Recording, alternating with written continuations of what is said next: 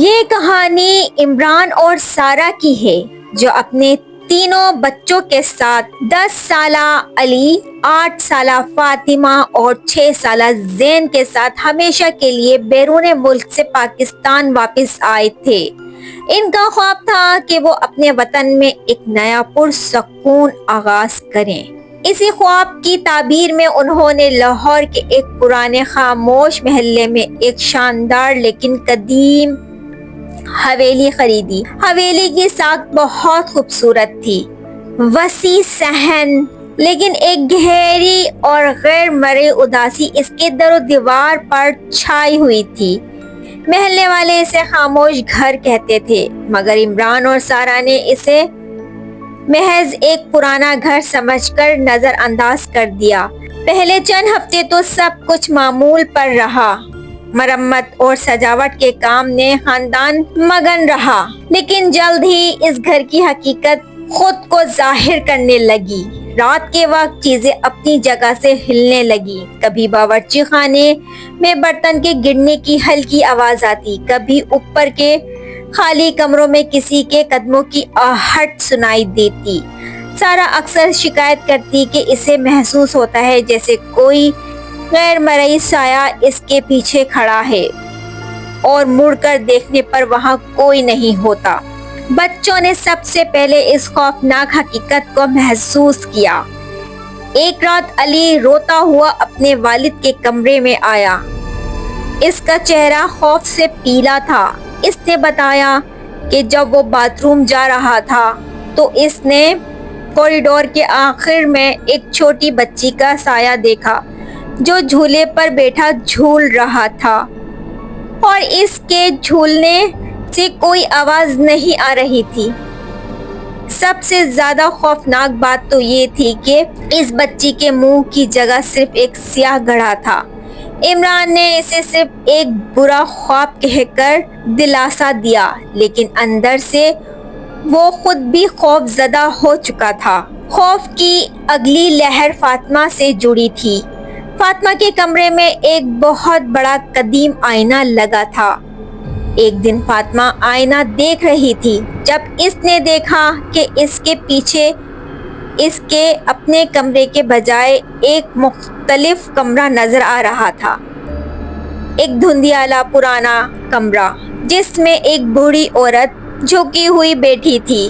فاطمہ نے ڈر کر آنکھیں بند کر لی اور جب دوبارہ کھولی تو آئینہ صاف تھا، لیکن اس کے بعد سے جب بھی وہ آئینے میں دیکھ اسے اپنے چہرے پر خوف اور اداسی کا ایک لمحاتی سایہ نظر آتا، جیسے کوئی اور اس کے اندر سے جھانک رہا ہو۔ زین جو سب سے چھوٹا تھا سب سے زیادہ متاثر ہوا۔ وہ اکثر خالی جگہوں کو دیکھ کر مسکراتا اور خود سے باتیں کرتا۔ جب سارہ نے پوچھا کہ وہ کس سے بات کر رہا ہے تو زین نے معصومیت سے جواب دیا، نانی سے۔ نانی ہمیشہ کہتی ہیں کہ یہ گھر ہمارا ہے اور ہم یہاں سے نہیں جانا چاہتے۔ ایک دن زین کو کوریڈور میں فرش پر بیٹھا پایا گیا۔ اس کے ہاتھوں میں ایک گڑیا تھی۔ سارہ کے پوچھنے پر اس نے کہا یہ نانی نے دی ہے۔ عمران نے اب تک سب کچھ نظر انداز کرنے کی کوشش کی تھی، لیکن بچوں کی حالات نے اسے مجبور کر دیا۔ اس نے حویلی کی تاریخ کے بارے میں چھان بین شروع کر دی۔ پرانے کاغذات اور محلے کے بوڑھے لوگوں سے بات کرنے پر ایک خوفناک حقیقت سامنے آئی۔ کئی دہائیوں پہلے اس گھر میں ایک خاندان رہتا تھا، اور ایک دن گھر کے مالک نے اپنی بیوی اور بچوں کو قتل کرنے کے بعد خودکشی کر لی تھی۔ کہا جاتا ہے کہ اس کے بعد سے گھر میں ایک بے چینی اور غصے سے بھری روح پھرتی رہتی ہے، خاندانوں کو تباہ کرنے کے لیے۔ ایک رات جب ساری فیملی سو رہی تھی، گھر کے تہہ خانے سے ایک سسکیوں کی گہری آواز گونجی۔ یہ آواز اس قدر خوفناک تھی کہ عمران اور سارہ دونوں کی نیند اڑ گئی۔ عمران نے ہمت کی اور ٹارچ لے کر تہہ خانے کا رخ کیا۔ سیڑھیاں سڑ چکی تھیں اور ہوا میں ایک مردہ اور گندی سی بو پھیلی ہوئی تھی۔ تہ خانے میں پہنچ کر اس نے دیکھا کہ ایک پرانے صندوق کے اوپر دیوار پر خون سے ایک پیغام لکھا ہوا ہے، تمہیں یہاں مرنا ہوگا۔ اسی لمحے تہ خانے کا واحد بلب دھماکے سے پھٹا اور عمران نے ایک سیاہ سایہ کو اپنی طرف تیزی سے بڑھتے ہوئے محسوس کیا۔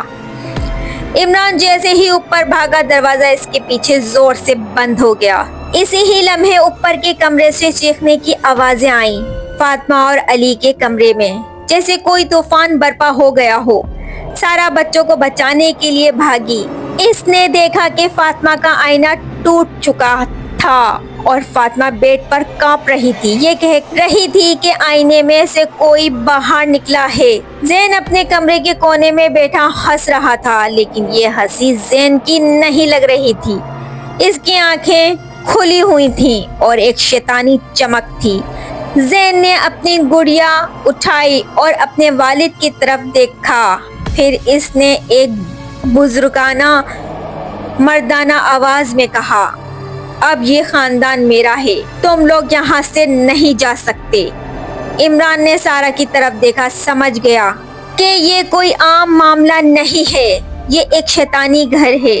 اس سے بچنے کے لیے ہمیں یہاں سے جانا پڑے گا اور اس خوفناک جگہ کو ہمیں فوری چھوڑنا پڑے گا، نہیں تو ہمارے بچوں کو کچھ بھی ہو سکتا ہے۔ انہوں نے ایک لمحہ بھی ضائع نہ کیا۔ عمران نے زین کو گلے لگایا، جس کا جسم برف کی طرح ٹھنڈا تھا، اور سارا نے دوسرے بچوں کو پکڑا۔ پھر وہ سب گھر کے دروازے کی طرف بھاگے۔ تمام روشنیوں کے بلب ایک ساتھ جلنے اور بجھنے لگے۔ دروازے خود بخود بند ہونے اور کھلنے لگے۔ انہیں ہر طرف سے سسکیوں اور غصے کی گہری آوازیں آ رہی تھیں۔